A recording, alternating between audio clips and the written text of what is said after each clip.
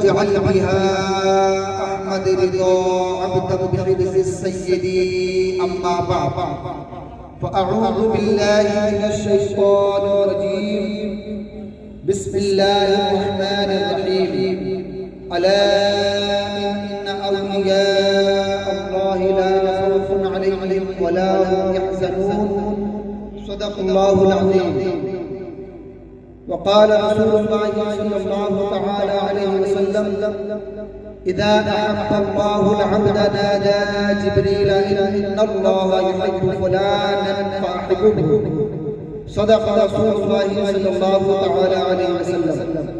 کلمہ شریف ورد کریں لا الہ الا اللہ محمد رسول اللہ صلی اللہ تعالی علیہ وسلم. ایک مرتبہ نبی اور آل نبی پر درود پاک پڑھیں. اللہم صلی علی سیدنا و مولانا محمد وعلی آل سیدنا و مولانا محمد مبارک وسلم. صلو علیہ وسلم علیہ یا رسول اللہ صلی اللہ علیہ وسلم. تھوڑا یہ بہت زیادہ ہے.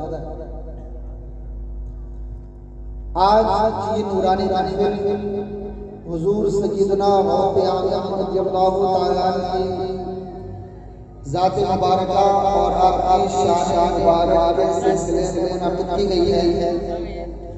میں اللہ رب العزت کی بارگاہ میں دعا کرتا ہوں اللہ رب العزت حضور سرکار غوث اعظم رضی اللہ تعالیٰ عنہ کا فیضان پر جاری و ساری فرمائے اور مجھے حق بولنے، آپ کو حق سننے اور ہم سب کو حق پر عمل کرنے کی توفیق عطا فرمائے. آمین بجاہ نبی نبی صلی اللہ تعالی علیہ وسلم. حضور غوث اعظم رضی اللہ تعالی یہ وہ اللہ کے محبوب اور برگزیدہ بندے ہیں کہ جنہیں اللہ تعالیٰ نے بے شمار فضائل اور کمالات سے نوازا ہے. آپ کو معلوم ہے کہ جب کوئی بھی نیک کام کریں تو اس کے کرنے سے پہلے اگر ہم اچھی نیتیں کر لیتے ہیں تو اللہ تعالیٰ ہمیں نیتیں کرنے کا ثواب بھی عطا کرتا ہے. حدیث پاک ہے صحیح بخاری شریف کی پہلی حدیث میں اللہ کے رسول علیہ السلام نے ارشاد فرمایا انما الاعمال بالنیات کہ اعمال کا دار و مدار نیتوں پر ہوتا ہے. جیسی بندے کی نیت ہوتی ہے ویسا ہی اللہ رب العزت اس کو ثواب عطا کرتا ہے. اگر آپ کی نیت اس جلسے میں آ کر یہ ہے کہ ہم اللہ و رسول کا ذکر کریں گے، ذکر سنیں گے اور دین کی جو باتیں ہوتی ہیں ان پر عمل کرنے کی کوشش کریں گے تو اللہ رب العزت آپ کو اس نیت کے بدلے میں بھی ثواب عطا کرتا ہے. سمجھ رہے ہیں آپ؟ نیت کا بھی ثواب ملتا ہے. جیسے ہم کھانا کھا رہے ہیں، کھانا کھانے سے پہلے اگر ہم نے نیت یہ کر لی کہ کھانا میں اس لیے کھاؤں تاکہ میرے اندر قوت آئے اور میں صحیح طور پر عبادت کر سکوں، نماز صحیح طور پر پڑھ سکوں، تو اب یہ آپ کا کھانا کھانے کی نیت جو آپ نے کر لی ہے اللہ تعالیٰ آپ کو اس کے بدلے میں بھی ثواب عطا کرتا ہے. تو نیت جب بندہ کر لیتا ہے تو اللہ رب العزت بندے کو نیت کرنے کا ثواب بھی عطا کرتا ہے. جیسے آپ نیت کریں گے اللہ تعالیٰ آپ کو ویسا ہی ثواب عطا فرمائے گا. تو اب آپ یہاں پر جو آئے ہیں تو یہ نیت کر کے بیٹھے ہیں کہ انشاءاللہ ہم اللہ اور رسول کا ذکر سنیں گے اور جو دین کی باتیں ہم سنیں گے اس پر انشاءاللہ عمل بھی کریں گے. انشاءاللہ یہ دل میں نیت بھی کر لیں آپ کہ اللہ رب العزت دلوں کے حالات سے واقف ہے اور جیسی بندے کی نیت ہوتی ہے اللہ تعالیٰ اس کو ویسا ہی اجر عطا کرتا ہے. اب چونکہ میرا ٹاپک نیت ہے اس لیے میں اور آگے نہیں بڑھوں گا، بس یہیں پر بس ہے. اور اب میں اپنے جو اہم میرا موضوع ہے اس کی طرف آتا ہوں. اللہ رب العزت نے حضور سیدنا غوث اعظم رضی اللہ تعالیٰ عنہ کو بے شمار کمالات عطا فرمائے، بے شمار آپ کو فضائل، آپ کو برکات عطا فرمائے. اعلیٰ حضرت عظیم البرکت، عظیم المرتبت، مجدد دین و ملت الشاہ العلامہ المفتی امام احمد رضا خان علیہ رحمۃ الرحمن ارشاد فرماتے ہیں واہ کیا مرتبہ ہے غوث ہے بالا تیرا، واہ کیا مرتبہ ہے غوث ہے بالا تیرا، اونچے اونچوں کے سروں سے ہے قدم بالا تیرا.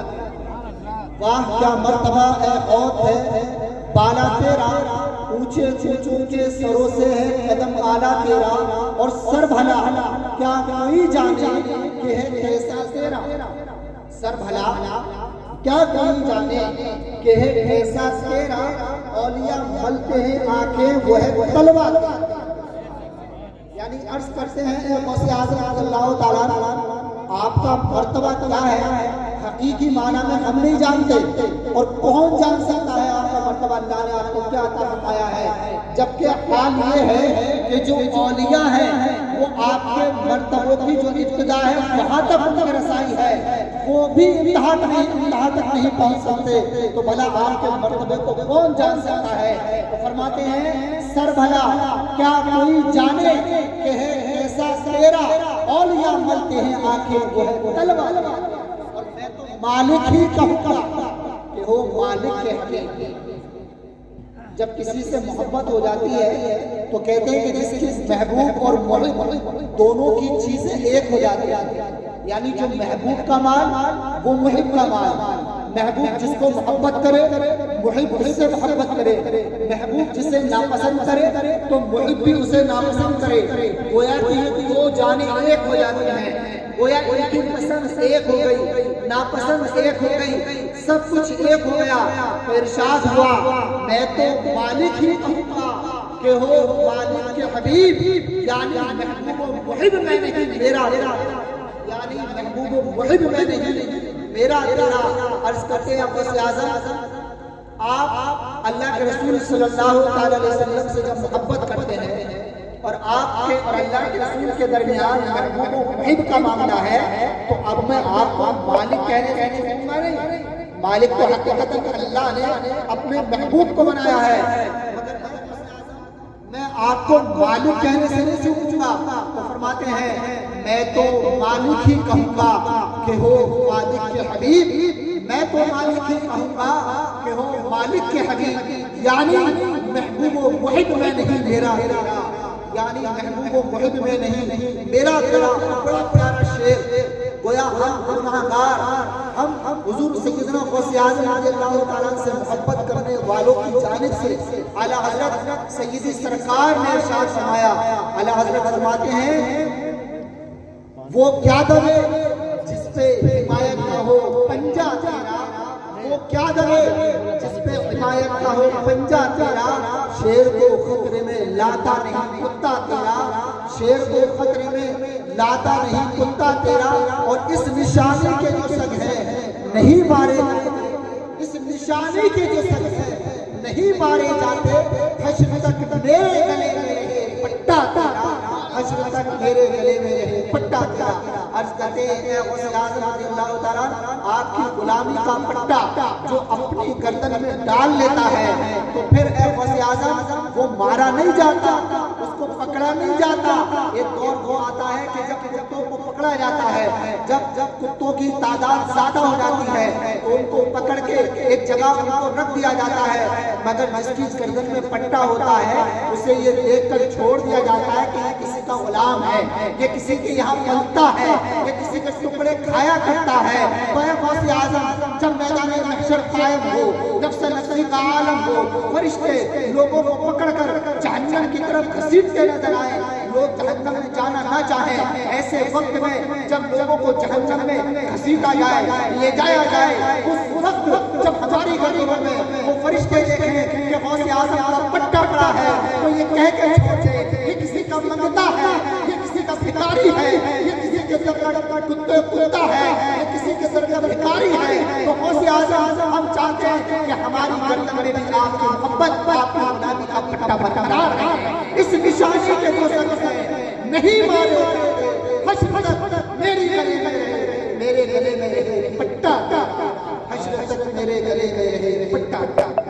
کتنے پیارے شعر. وقت نہیں ہے وقت میں آپ اور سناتا ہے اتنے پر ہی بس کرتے ہیں. تو حضور سیدنا غوث اعظم رضی اللہ تعالیٰ کی شان وہ شان ہے کہ اللہ تعالیٰ نے آپ کو ولایت اللہ نے آپ کو اپنا محبوب بندہ اور آپ کو اللہ نے ولی بنا. بلکہ صرف ولی نہیں بنایا بلکہ اللہ نے آپ کو ولی بنانے والا بھی بنایا. آپ نے اتنے ایسے لوگ کہ جو گناہگار تھے بدکار تھے زیادار تھے جن کی پوری زندگی، جن کا شب و روز ہر وقت ایک ایک لمحہ گناہوں میں گزرتا تھا، گناہوں میں ملوث تھا، میرے سرکار کی جب نظر پڑی، میرے غوث اعظم رضی اللہ تعالیٰ عنہ نے جب ان پر اپنی عنایت کرم فرمائی، تو آپ رضی اللہ تعالیٰ نے ان کو صرف نیک انسان نہ بنایا، بلکہ انہیں اللہ کے حق سے، اللہ کی دی ہوئی توفیق سے اللہ کا محبوب بندہ، اللہ کا ولی بنا۔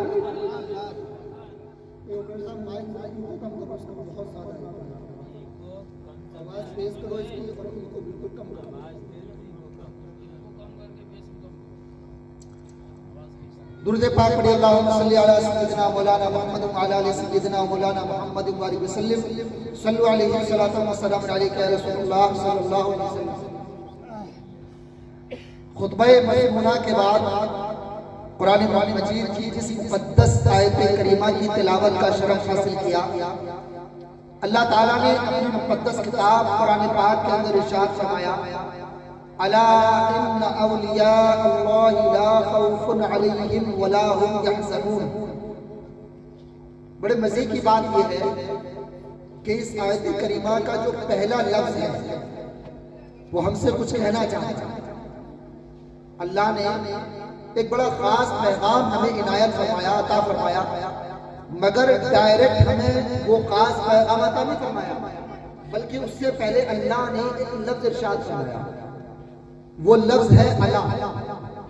اور یہ الا عربی لغت کے اعتبار سے، عربی گرامر کے اعتبار سے اگر ہم اس کا معنی دیکھتے ہیں تو اس کا معنی آتا ہے خبردار، ہوشیار، سنو، غور کرو، توجہ دو۔ یہ اس کے مختلف معنی آتے ہیں، اور یہ اس لیے لایا جاتا ہے کہ اس کے کہنے کے بعد آنے والے جو کلمات ہیں یا بات ہے وہ بڑی اہم بات ہے۔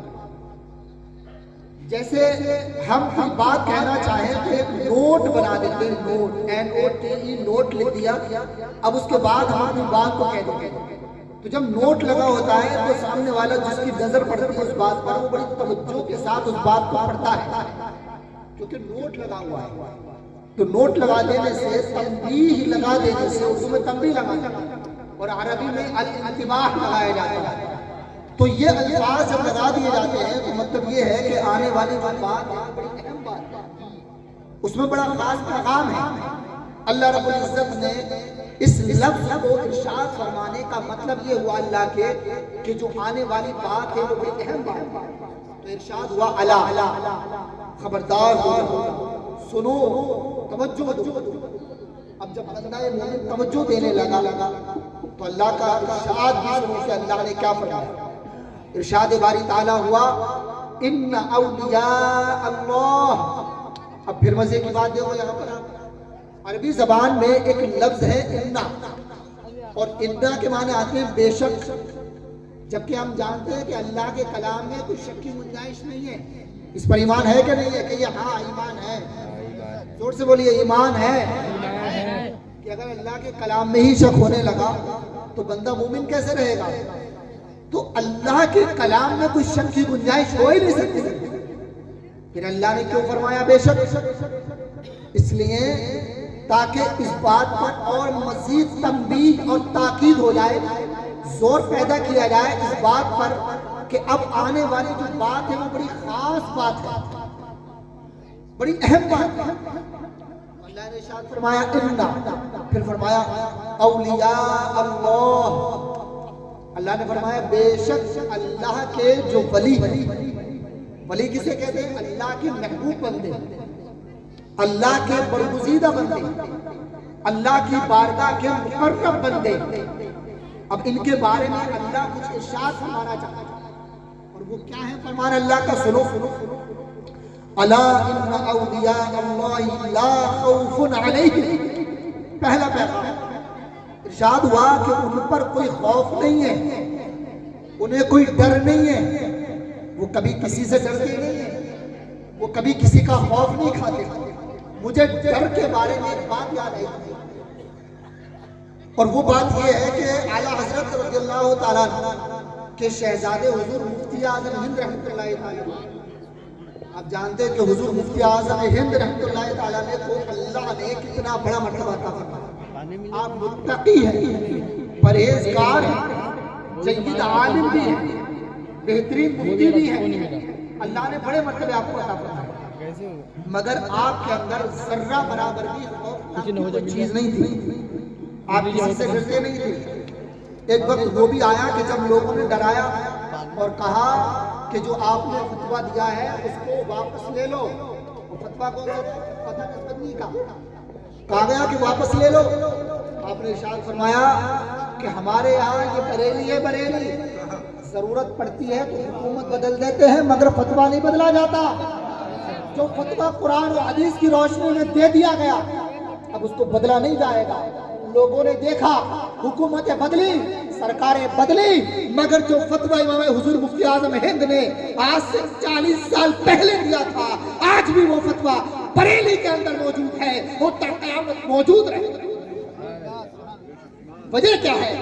وجہ یہ ہے کہ قرآن میں اللہ نے اعلان فرما دیا الا ان اولیاء اللہ لا خوف علیہم، کہ اللہ کے جو ولی ہوتے ہیں انہیں کوئی خوف نہیں۔ آپ اندازہ لگا لے جنہیں ڈر نہیں ہوتا، جو بغیر کسی جھجک بغیر کسی ڈر کے اسلام کا پیغام اور حق کا پیغام پہنچاتے ہیں، وہی اللہ کے محبوب بندے ہوتے ہیں۔ تو ارشاد ہوا کہ اللہ کے ولی کو کوئی خوف نہیں ہے، ولا هم يحزنون، اور وہ کبھی غم بھی نہیں کرتے، کبھی رنجیدہ نہیں ہوتے، کبھی افسردہ نہیں ہوتے۔ اب اس آیت میں دو چیزوں کا انکار کیا گیا، ایک یہ کہ انہیں کوئی خوف نہیں ہے، دوسری بات یہ کہ انہیں کسی چیز کا غم نہیں ہے۔ یہ دو چیزیں ہیں، توجہ سے سنو۔ غم اور خوف، ان دونوں چیزوں میں تھوڑا سا فرق ہے۔ غم جو ہوتا ہے وہ ہوتا ہے جو چیز گزر گئی اس کے بارے میں غم کیا جاتا ہے، جیسے ہمارے کوئی عزیز فوت ہو گئے تو ہم ان کے بارے میں غم کرتے ہیں کہ ہمارے فلاں چلے گئے، ہمیں غم ہوتا ہے۔ خوف تھوڑی نہیں ہوتا ہے، کیا ہمیں ڈر ہوتا ہے کہ فلاں چلے گئے؟ ڈر نہیں ہوتا بلکہ غم ہوتا ہے۔ اور خوف کسے ہوتا ہے؟ خوف ہوتا ہے آنے والی چیز کے بارے میں، جیسے کل آپ کو کوئی ایک اہم کام کرنا ہے جو آپ کو ذمہ داری دی گئی ہے اور آپ نے وہ کام مکمل نہیں کیا ہے، اب آپ کو صبح جواب دینا ہے، تو اب آپ ڈرے ہوئے کہ میں جواب کیسے دوں گا، میں کیسے لوگوں کا سامنا کروں گا، میں کیسے اپنی ذمہ داری کے بارے میں بتاؤں گا کہ میں ذمہ داری پوری کیوں نہیں کر سکا۔ تو اب یہ آپ کو خوف ہے۔ معلوم یہ ہوا کہ غم جو ہوتا ہے وہ گزری ہوئی چیز کے بارے میں ہوتا ہے، اور خوف جو ہوتا ہے وہ آنے والی چیز کے بارے میں ہوتا ہے۔ اب ذرا غور کریں کہ اللہ تعالیٰ نے اپنے ولیوں سے ان دونوں چیزوں کو دور فرما دیا کہ جو چیز ان کی فوت ہو گئی، ختم ہو گئی، دنیا سے چلی گئی، اس کے بارے میں غم نہیں کرتے، رنجیدہ نہیں ہوتے، افسردہ نہیں ہوتے، اور جو چیز آنے والی ہے اس کے بارے میں کبھی انہیں خوف نہیں ہوتا۔ خلاصہ یہ ہے کہ جب وہ دنیا سے جایا کرتے ہیں تو انہیں اس بات کا غم نہیں ہوتا کہ ہائے رے میں دنیا کو چھوڑ کے آ گیا، اپنے ماں باپ کو چھوڑ کے آیا، اپنے رشتہ داروں کو چھوڑ کے آیا، اہل خانہ کو چھوڑ کے آیا، دنیا کو چھوڑ آیا، غم نہیں ہوتا۔ اور جب دنیا سے جاتے ہیں تو اب آخرت کے بارے میں انہیں خوف نہیں ہوتا کہ قبر میں کیا ہوگا، حشر میں کیا ہوگا، جب حضور صلی اللہ علیہ وسلم تشریف لائیں گے اس وقت میرا کیا ہوگا۔ اس لیے کہ اللہ تعالیٰ نے ان کے دلوں سے دنیا کا جو غم ہے اس کو بھی دور فرما دیا، اور جو آخرت کا خوف ہے اللہ نے اس کو بھی دور فرما دیا۔ لا خوف علیہم ولا هم يحزنون، نہ انہیں کوئی خوف ہے نہ کوئی غم ہے۔ بات سن رہی ہے آپ کے؟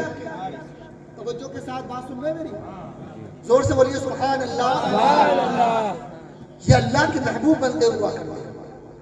آئیے ایک حدیث پاک سناتا ہوں جو امام بخاری رحمۃ اللہ تعالیٰ علیہ نے اپنی صحیح بخاری میں ارشاد فرمایا۔ حضرت امام بخاری رحمۃ اللہ علیہ بڑی پیاری حدیث پاک اپنی بخاری کے اندر ذکر فرماتے ہیں، فرماتے ان ابی ہریرہ رضی اللہ تعالیٰ عنہ قال قال رسول اللہ صلی اللہ تعالیٰ علیہ وسلم اذا احب اللہ العبد نادى جبریل ان اللہ يحب فلانا فاحببه۔ حضرت ابو ہریرہ سے روایت ہے، وہ کہتے ہیں کہ اللہ کے رسول صلی اللہ علیہ وسلم نے ارشاد فرمایا کہ جب اللہ رب العزت کسی بندے سے محبت کرتا ہے، کسی کو پسند فرماتا ہے، تو حضرت جبریل سے ارشاد فرماتا ہے جبریل میں فلاں بندے سے محبت کرتا ہوں، تم بھی اس سے محبت کرو۔ فیحبہ جبریل، حدیث حدیث پاک کے الفاظ ہیں، حضور فرماتے ہیں کہ حضرت جبریل اس سے محبت کرنے لگتے ہیں۔ اللہ نے محبت کی، جبریل نے محبت کی۔ اس کے بعد ارشاد ہوا فَيُنَادِي جبریل فِي أَهْلِ السَّمَاءِ إِنَّ اللَّهَ يُحِبُّ فُلَانًا فَأَحِبُّوهُ۔ حضرت جبریل آسمان کے فرشتوں میں ایک ندا لگاتے ہیں، ایک اعلان کرتے ہیں اور ارشاد فرماتے ہیں اے فرشتوں، فلاں بندے سے اللہ محبت کرتا ہے، میں بھی اس سے محبت کرتا ہوں، تم بھی اس سے محبت کرو۔ تو حدیث پاک میں آتا ہے فَيُحِبُّهُ أَهْلُ السَّمَاءِ، آسمان کے تمام فرشتے اس سے محبت کرنے لگتے ہیں۔ تو کہہ دو سبحان اللہ۔ سبحان اللہ۔ اللہ کے ولی سے صرف اللہ محبت نہیں فرماتا، اللہ بھی محبت کرتا ہے، جبریل بھی محبت کرتے ہیں جو فرشتوں کے سردار ہیں، اور ان کے ساتھ ساتھ تمام عرش کے فرشتے اس بندے سے محبت کرنے لگتے ہیں۔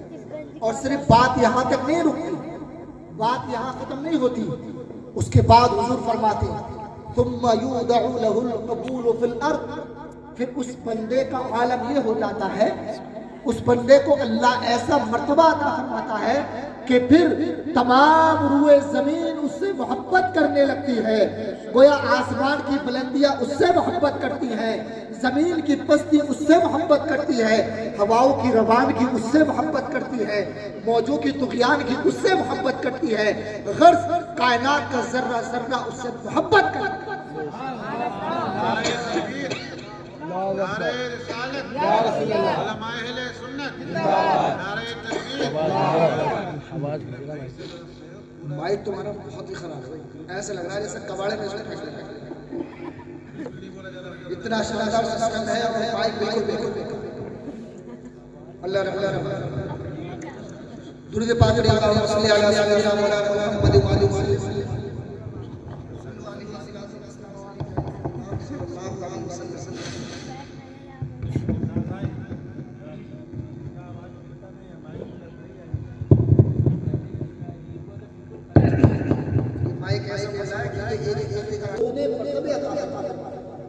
ایک اور حضرت ابو ہریرہ سے روایت ہے، امام بخاری نے اپنی صحیح بخاری والی حدیث کو بھی ذکر فرمایا،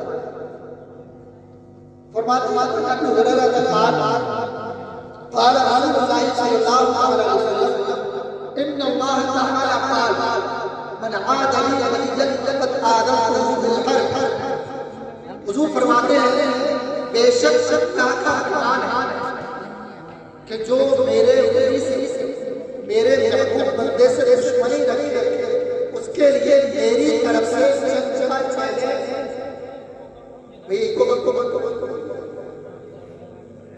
جتنا پہلے تھا ایسے رکھے، چلنا دو، جب تک بولا جائے گا بولیں گے، اس کے بعد انشاءاللہ اپنے گفتگو ختم کرتے ہیں۔ درود پاک پڑھیں، اللہم صلی علی سیدنا و مولانا محمد صلی اللہ علیہ وسلم۔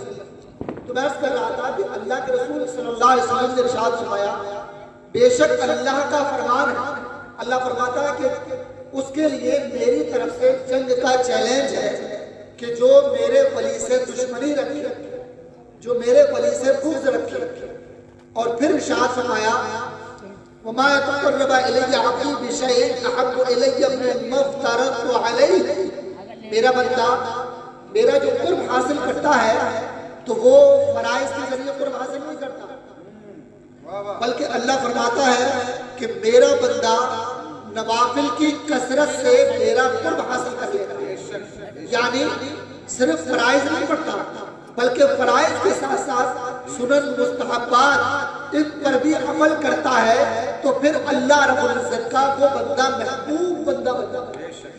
اچھا یہاں مجھے ایک بات یاد آئی، ہم اور آپ غوث اعظم سے محبت کرتے ہیں کہ نہیں کرتے؟ ہم اور آپ بڑے دعوے سے کہتے ہیں کہ غوث اعظم کا دامن نہیں چھوڑے، لیکن ایک بات بتائیں کہ غوث اعظم کا دامن ہم نے پکڑا بھی ہے کہ نہیں پکڑا ہے؟ ذرا یہ بھی تو دیکھ لیں بھئی، دامن چھوڑنے کی بات تو وہاں آتی ہے کہ جہاں وہ پکڑا ہوا ہو، لیکن سوال یہ ہے کہ دامن ہم نے پکڑا ہے کہ نہیں پکڑا ہے؟ محبت کا جو ہم دعویٰ کر رہے ہیں، ہم اپنے اس دعوے کے اندر کتنے سچے ہیں اور کتنے جھوٹے ہیں، ذرا یہ بھی دیکھ لیں۔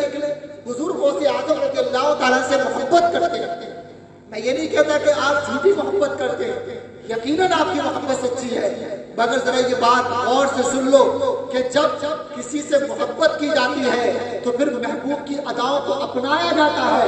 محبوب جیسے کام کرتا ہے محب بھی ویسے ہی اداؤں کو اپناتا ہے۔ آئیے جب محبوب کی ادا کی بات چلی ہے تو آپ کو ایک صحابی رسول کا واقعہ عرض کرتا ہوا چلو۔ ایک صحابی رسول ہے جلیل القدر صحابی، ان کا ایک جگہ سے گزر ہوا، ایک درخت کھڑا، اس کے نیچے کھڑے ہوئے اور آپ مسکرانے لگے۔ جب آپ مسکرا رہے ہیں تو لوگوں نے دیکھا کہ اچانک ایک اکیلا شخص ہے جس کے پاس کوئی ہے بھی نہیں، وہ اچانک کیوں مسکرا رہا ہے؟ لوگوں نے جب دیکھا تو ان کے پاس آئے اور آنے کے بعد پوچھنے لگے کہ تم کیوں مسکرا رہے ہو؟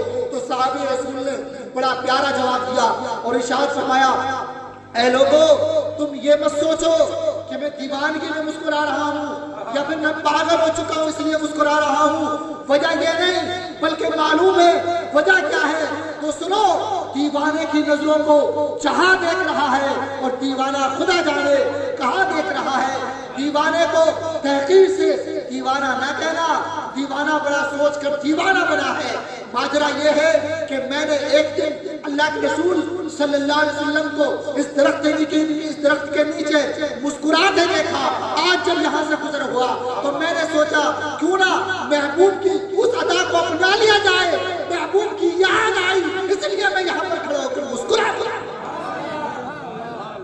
صحابہ وہ صحابہ جن کی ہر صبح عید ہوتی تھی، صحابہ وہ صحابہ جن کی ہر صبح عید ہوتی تھی، خدا کا قرب حاصل تھا، نبی کی عید ہوتی تھی۔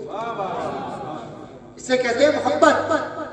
سمجھا، صرف نام سے محبت نہیں ہوتی یا زبان سے کہنے سے محبت نہیں ہوتی، بلکہ محبوب کی اداؤں کو اپنایا جائے۔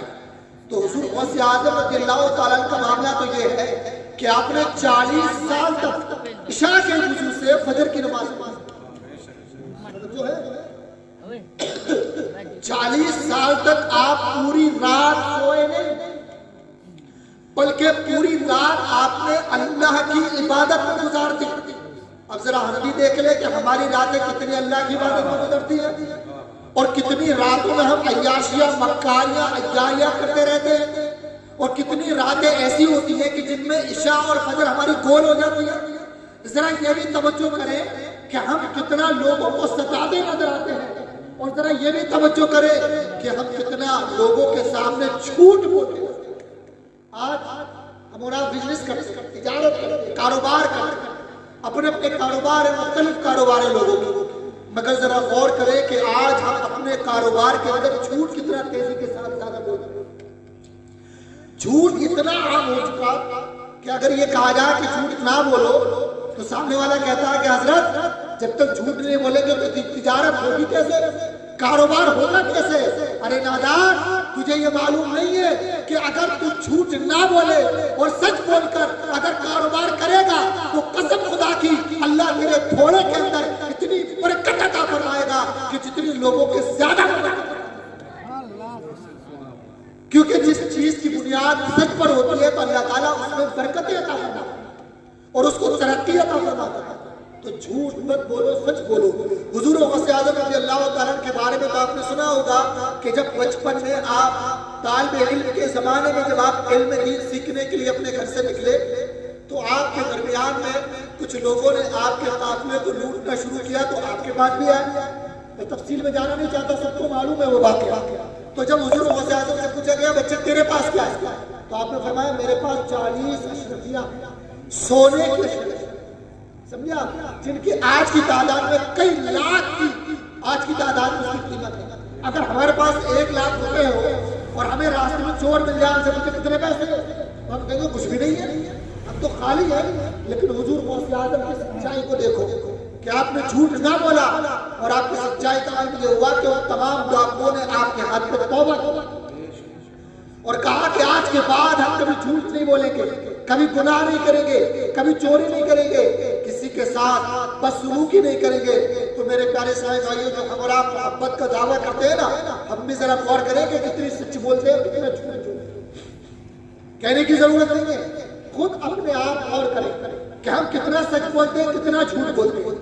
اگر ہم اپنے اس تجارت کے اندر اپنے بزنس میں، اپنے کاروبار میں اگر ہم جھوٹ بولتے ہیں تو میرے پیارے اسلامی بھائیوں، ہم سب سے محبت حضور غوث اعظم سے کرتے ہیں۔ غوث اعظم کے صدقے میں آج سے توبہ کر لو کہ مولا آج تک جتنے جھوٹ بولے میرے تمام جھوٹ کو معاف فرما، اور آج کے بعد انشاءاللہ کبھی بھی ہم جان بوجھ کر جھوٹ نہیں بولیں۔ کہیے انشاءاللہ، سچے دل سے توبہ کرو کہ آج کے بعد کبھی جھوٹ نہیں بولیں۔ زور سے بولو انشاءاللہ، کہ بندے کو نیت کرنے میں ہی ثواب ملتا ہے، سمجھ گیا؟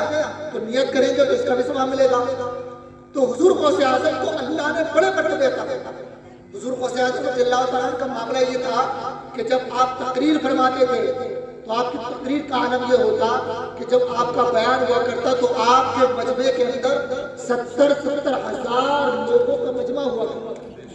اتنی بڑی تعداد لوگوں کی آپ کے سامعین کی ہوا کرتی، اور جب آپ بیان فرماتے تو سننے والوں نے سنا، بیان کرنے والوں نے بیان کیا کہ جب آپ کی تقریر ہوا کرتی، آپ جب بعض نصیحت فرماتے تو بعض نصیحت میں آپ کی آواز کا عالم یہ ہوتا کہ جیسا قریب والا سنا کرتا تھا ویسا ہی بعید والا سنا کرتا تھا۔ جتنی آواز قریب والے کو آیا کرتی ویسے ہی دور والے کو آیا کرتی۔ آج کل ہمارے درمیان ایسی آواز نہیں ہے، ہمیں تو مائک کی ضرورت ہے، لیکن حضور غوث اعظم کو اللہ نے ایسی آواز عطا فرمائی کہ آپ کو مائک کی ضرورت نہیں پڑتی تھی، بغیر مائک کے آپ نے اللہ نے آپ کو ایسی آواز عطا فرمائی کہ جیسی سننے والا قریب ہو کر سنا کرتا تھا ایسا ہی دور بیٹھا ہوا شخص بھی آپ کی آواز کو سن لیا کرتا۔ اور آپ کی تقریر کا عالم یہ ہوتا کہ جب آپ تقریر فرماتے تو تقریر کرنے کے بعد جب آپ کی محفل برخاست ہوتی اور جب آپ کی محفل کا اختتام ہوا کرتا تھا تو آپ کی محفل سے کتنے لوگ توبہ کیا کرتے تھے، اور کتنے لوگ تو ایسے ہوتے کہ جن کے جنازے یعنی وہ اللہ کے خوف سے مر جاتے، ان کا انتقال ہو جائے گا۔ یہ حضور غوث اعظم رضی اللہ تعالیٰ کی زبان میں اللہ نے ایسی تاثیر عطا فرمائی۔ ارے تاثیر کیوں نہ ہو، آپ رضی اللہ تعالیٰ کا عالم تو یہ تھا کہ جب آپ کی پیدائش ہوئی، جب آپ پیدا ہوئے تو آپ کے پیدا ہونے سے پہلے آپ نے اپنی والدہ گرامی تھی مادر شریفی میں، یعنی آپ کے پیٹ کے اندر آپ نے 17 پارے حفظ کر لیے تھے۔ یعنی جب والدہ قرآن پڑھا کرتی تو آپ کو سنا کرتے اور اس کو حفظ کر لیا کرتے۔ اور آپ کا عالم یہ تھا کہ جب آپ رمضان شریف میں پیدا ہوئے، پہلے روزے کو آپ کی پیدائش تھی۔ اور ایک بات اور بتا دوں کہ جس سال حضور غوث اعظم رضی اللہ تعالیٰ جس رات پیدا ہوئے، اس رات جتنے لڑکے جیلان میں پیدا ہوئے، یعنی جو بھی پیدا ہوا جیلان شہر کے اندر، وہ تمام کے تمام لڑکے پیدا ہوئے۔